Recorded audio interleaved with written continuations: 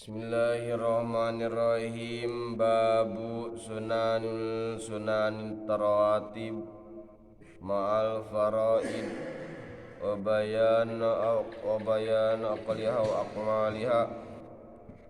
akmaliha wa ma bainahuma. Pasal ini akan menjelaskan bab ini keutamaan sholat sunat rawatib serta sholat sunat fardu sedikit-sedikitnya atau kesempurnaannya. Sholat sunat rawatib, apa yang disebut sholat sunat rawatib adalah sholat sunat yang dilakukan sebelum sholat wajib dan sesudah sholat wajib. Itu yang disebut sholat sunat rawatib, ya kan? Sekali lagi, yang disebut sholat sunat rawatib adalah sholat sunat yang dilakukan sebelum sholat wajib dan sesudah sholat wajib. Berarti kalau sebelum qobliyah, kalau sesudah ba'diyah. Hukum sholat sunat rawatib adalah sunat mu'akkad. Kalau sunat mu'akkad yang kuat, akad itu kuat, yang dilebihkan apa? Yang dianjurkan, sangat dianjurkan sekali gitu. Lebih kuat sekali, akad lebih kuat. Artinya sunat yang dianjurkan oleh Nabi Muhammad SAW. Wa nomor 1 anil ummil mukminin Umi Hubaibata Romlah binti Abi Sufyan. Hadis yang pertama diterima dari Ummul Mukminin Ummi Hubaibah, ya, Hubaibah berarti istri Rasulullah, Ummul Mukminin, ya. Romlah binti Abi Sufyan, ya. Putrinya Abi Sufyan, Ummi Hubaibah Romlah teh putra Abu Sufyan. Radhiyallahu anhuma, semoga Allah meridhoinya kepada keduanya. Qalat, berkata Ummul Mukminin, Sami itu aku mendengar Rasulullah SAW kepada Rasulullah SAW yaqulu, bersabda Nabi, ma min abdin, tidak ada suatu hamba, seorang muslimin yang muslim, yusolli, sholat itu si hamba, lillahi karena Allah Ta'ala, kulla yaumin, setiap hari, sintai asyarata rakaatan, 12 rakaat, tatauan, sholat sunat, goiro faridotin, selain sholat sunat fardu, selain fardu, sholat fardu, ila bana, kecuali Allah membangunkan, membuat, ya, membuat bangunan lahu bagi orang tersebut, ya, yang melaksanakan sholat sunat 12 rakaat, baitan, satu rumah, fil jannati, di surga, ya,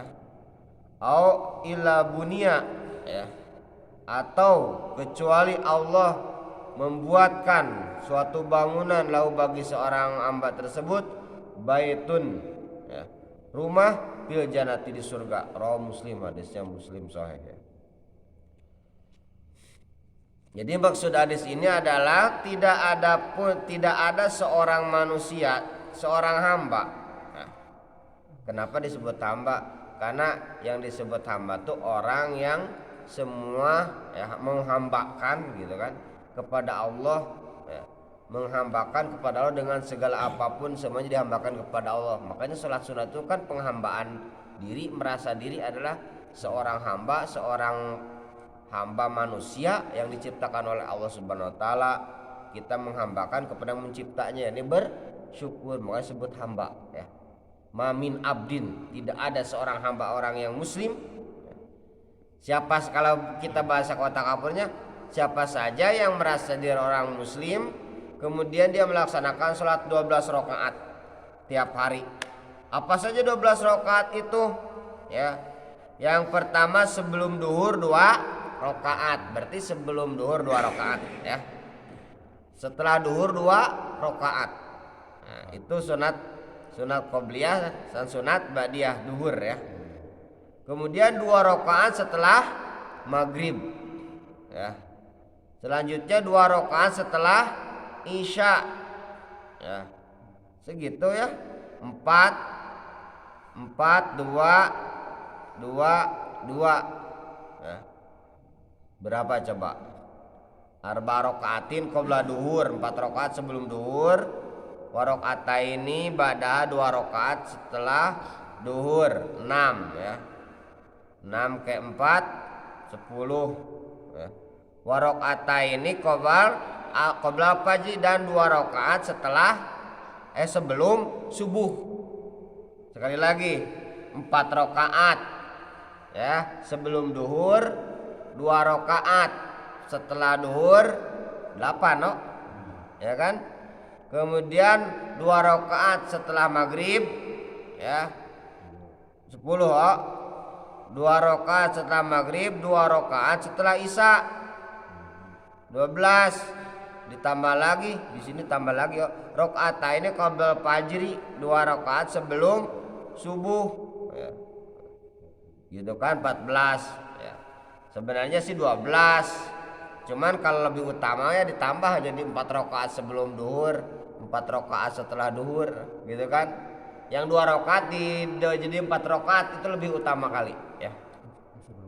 Oh, ini mah hitungan kecilnya aja. Jadi sebelum duhur 2 rakaat tadi 4 rakaat itu hitung utama ya. Ya. Jadi sunatnya 4 rakaat bagusnya ya.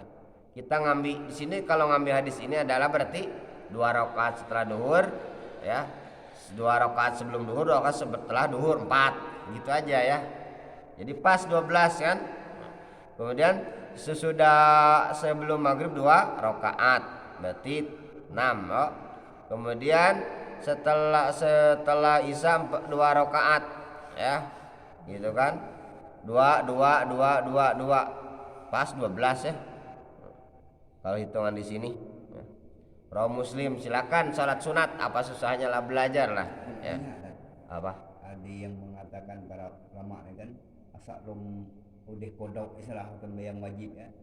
Kurang bagus yang sunat. Bukan kurang bagus, haram. Ya. Haram melaksanakan sholat sunat sebelum kalau kita punya kodok belum dibayar kodok tersebut. Ya. Misalnya kita punya hutang sholat asar, ya. Ketiduran misalnya kan sholat asar, ya. Atau memang disengaja tidak dilaksanakan sholat asar, misalnya gara-gara ke laut, misalnya kan, gara-gara ngerang, gara-gara mancing, kamu ketarik, gitu kan, ngejala.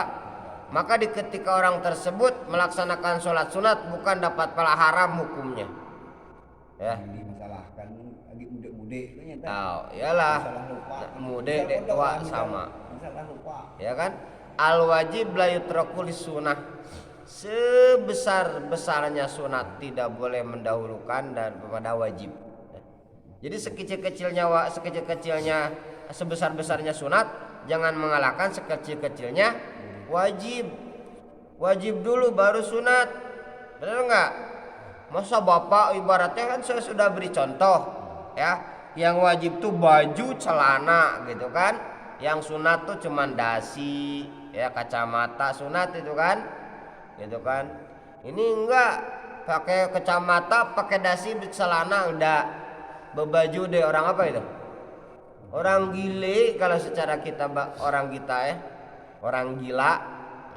Begitu juga sholat ngodok aja belum dilaksanakan lah melaksanakan sholat sunat. Bukan tidak baik sholat sunat bagus, tapi yang wajib dulu laksanakan. Ya, yang wajib dulu. Jadi jangan mendahulukan yang sunat-sunat ya. Yang wajib dulu. Ya, sama dengan utang ya. Membuat rumah sudah bagus nak diperbagus, lah ada motor nak beli satu lagi ya. Hutang enggak dibayar-bayar. Naudzubillah min dalik ya. Yang wajib dulu dibayar ya. Oke, paham? Nah, gitu ya. Enggak, bukan paham guru. Wa an Ibnu Umar radhiyallahu anhuma. Ya kan? Hadis ini diterima dari Umar, putranya Umar radhiyallahu anhuma, semoga Allah meridhoi kepada keduanya. Putranya dan Umar radhiyallahu anhu sahabat Nabi. Sholat itu aku biasa sholat ma'a Rasulullah SAW beserta Rasulullah salam rakaataini qabla duhur, ya. 2 rakaat sebelum duhur, wa rakaataini ba'da, dan 2 rakaat setelah duhur, wa rakaataini ba'dal jum'ah, 2 rakaat setelah jum'ah, wa rakaataini ba'dal maghrib, dan 2 rakaat setelah maghrib, wa rakaataini ba'dal isya, dan 2 rakaat setelah isya. Muttafaqun alaih, ya, hadisnya disepakati, ya, kesohihannya. Jadi biar ini maksudnya apa sih dijelasin? Supaya ternyata yang dilaksanakan kita tuh ada dilaksanakan oleh Nabi dan para sahabat. Jadi berarti tidak salah gitu. Yang salah itu tidak dicontoh oleh Nabi, ya, tidak ada dalil dari Nabi dilakukan, ya. Nah ini yang benar. Misalnya sudah sholat maghrib nyanyi, misalkan karaokean di masjid, itu mah tidak dicontohkan dan tidak ada dalilnya gitu kan, ya kan, nyanyi bisa sudah maghrib, ya. Tapi sholat sunat, ya. Jadi sholat Nabi sama sahabat Ibnu Umar dan Sayyidina Umar gitu kan suka melaksanakan karena pernah gitu melihat Nabi langsung sahabat itu. Jadi sholat kalau Rasulullah SAW itu 2 rakaat sebelum duhur, 2 rakaat setelah duhur, 2 rakaat sebelum Jum'ah, ya. Ba'da Jum'ah, 2 rakaat setelah maghrib dan 2 rakaat setelah isya. Satu lagi, wa Abdullah bin Mughaffalin radhiyallahu an. Hadis ini diterima dari Abdullah bin Mughaffal radhiyallahu an, semoga Allah meridhoinya kepada Abdullah bin Mughaffal. Qala berkata Mughaffal, qala Rasulullah baina kulli adana ini sholatun. Antara adan 2 adan, maksud antara adan dan iqamat sholatun, ada sholat. Baina kulli adana ini sholatun, baina kulli adana ini sholatun. Qala pisalisah liman syaa. Nabi tidak memaksa, ya, bagus. Itulah kebijaksanaan Nabi, ya. Muttafaqun alaih hadisnya. Al muradu bil adana ini al adan wal iqamah. Kata Nabi SAW, ya,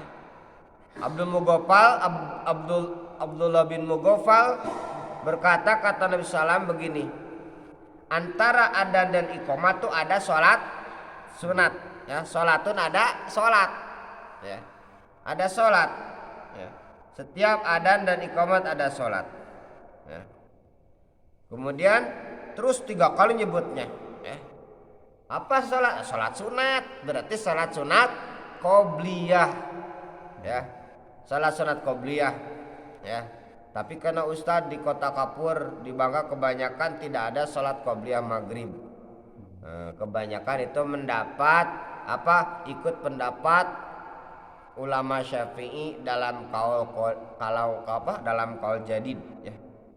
Kaul qadimnya itu dulu Imam Syafi'i juga berpendapat sholat sunat qobliyah, ya. Qobliyah maghrib 2 rakaat, ya. Gitu kan. Tapi ke dalam kaul jadid, ya, ulama Syafi'i berpendapat karena waktu maghrib itu sebentar jadi ditiadakan. Jadi hanya ba'diyah saja. Jadi maksud saya jelaskan, jangan heran bapak-bapak kalau berkunjung ke suatu masjid ada orang sholat sunat qobliyah maghrib, ya. Itu juga ada hadisnya dan ada yang memakainya, nggak usah ribut, ya. Biarin aja, hitung-hitung menunggu daripada ngobrol nunggu berjamaah, nungguin orang jamaah, ya kan, nggak langsung daripada diam-diam kan. Jadi jangan heran lagi. Itu juga pendapat Imam Syafi'i dalam kaul qadim, ya. Nah, jadi jangan heran kalau misalnya di Jawa Barat itu banyak masih yang pakai qobliyah maghrib, ya. Dehal, ya. Jadi saya ribut dikit aja jadi tahu, ini perlunya belajar, ya. Ya kan. Kalau dia belajar kan salah sedikit, ya kan. Sebenarnya sih kita ini jangan istilahnya itu kalau kita naik pesawat, ya, pasrahkan sama pilot, ya. Jangan banyak protes dulu kalau kita tidak tahu membawa pesawat. Bener enggak? Ini disebut bukan sekali. Katanya kalau contoh misalnya jadi imam di masjid, ada kunut najilah, omong ini omong itu, katanya harus dijelaskan dulu. Berarti kalau begitu nggak percaya sama supir, sama imam. Nggak ada imam nak nyelakain makmum. Ya, ada nggak pilot? Pokoknya kurusak nih, kubunuh misalnya, nggak ada. Semua berdasarkan standar internasional gitu kan.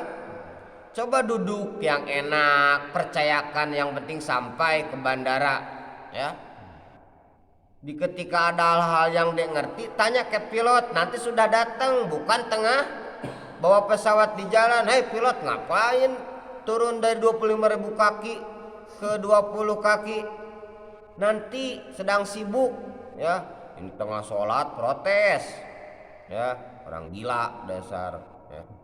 Tapi tidak apa-apa, orang awam gitu kan. Wa arid adil jahilin, biarkanlah orang-orang awam ya, yang sok tahu gitu kan. Tanyakan, kenapa Ustadz pakai kunut najilah? Oh dijelasin, ada nggak dalilnya gitu kan. Bukan protes tengah sholat ya kan, ngurutu ngurunyu-ngunyu, ngaji deh pernah. Kalau ikut ngaji tapi tidur, mana naik bener ya. Pasrahkan sama pilot, yakini kita ini sama pilot, tidak ada pilot mau mencelakakan ya kan. Apalagi pilotnya sudah berapa ribu jam terbangnya gitu ya.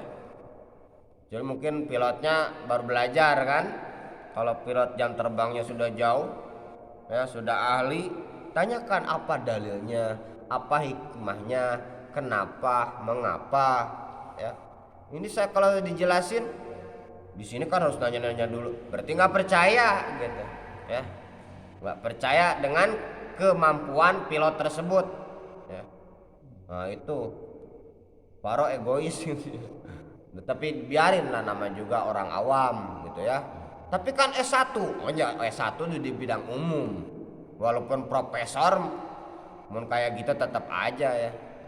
Profesor di bidang apa dulu, kecuali di bidang hadis misalnya kan, apa di bidang ilmu-ilmu fikih. Jadi jangan heran ya, kalau kita jadi imam nanti dimanapun, di ketika kita sholat misalnya pakai kunut diprotes orang, biarin ya. Kalau kita sedang sholat tidak berkunut diprotes, biarin, tidak usah marah ya. Berarti orang awam ya. Wa arid adil jahilin, berpalinglah dari para bodoh, biarin aja deh sepenegih ya. Mun kata bahasa Bangka ya. Kecuali dia nanya ya, kenapa kunut, kenapa nggak kunut ya. Kita protes ya. Jadi ini adalah anjuran sholat sunat. Jadi kerjakan dapat pahala, ditinggalkan tidak berdosa ya. Dipaksakan ya, Allahumma paksakan gitu kan. Jangan sampai tidak melaksanakannya ya. Banyak ya, diantaranya sholat sunat subuh, qobliyah subuh, ba'diyah subuh, ba'diyah qobliyah subuh, ba'diyah subuh nggak boleh, haram hukumnya ya. Kecuali sholat sunat suruk ya, sholat suruk ya. Kenapa sholat ba'diyah subuh haram, sholat ba'diyah asar haram? Karena di ketika subuh itu pas keluar fajar ya, pas ada matahari, biasa sudah subuh itu kan ada keluar, atau sudah asar kan. Kenapa haram? Karena menyerupai orang-orang yang menyembah matahari gitu kan. Itu diantaranya ya hikmahnya ya.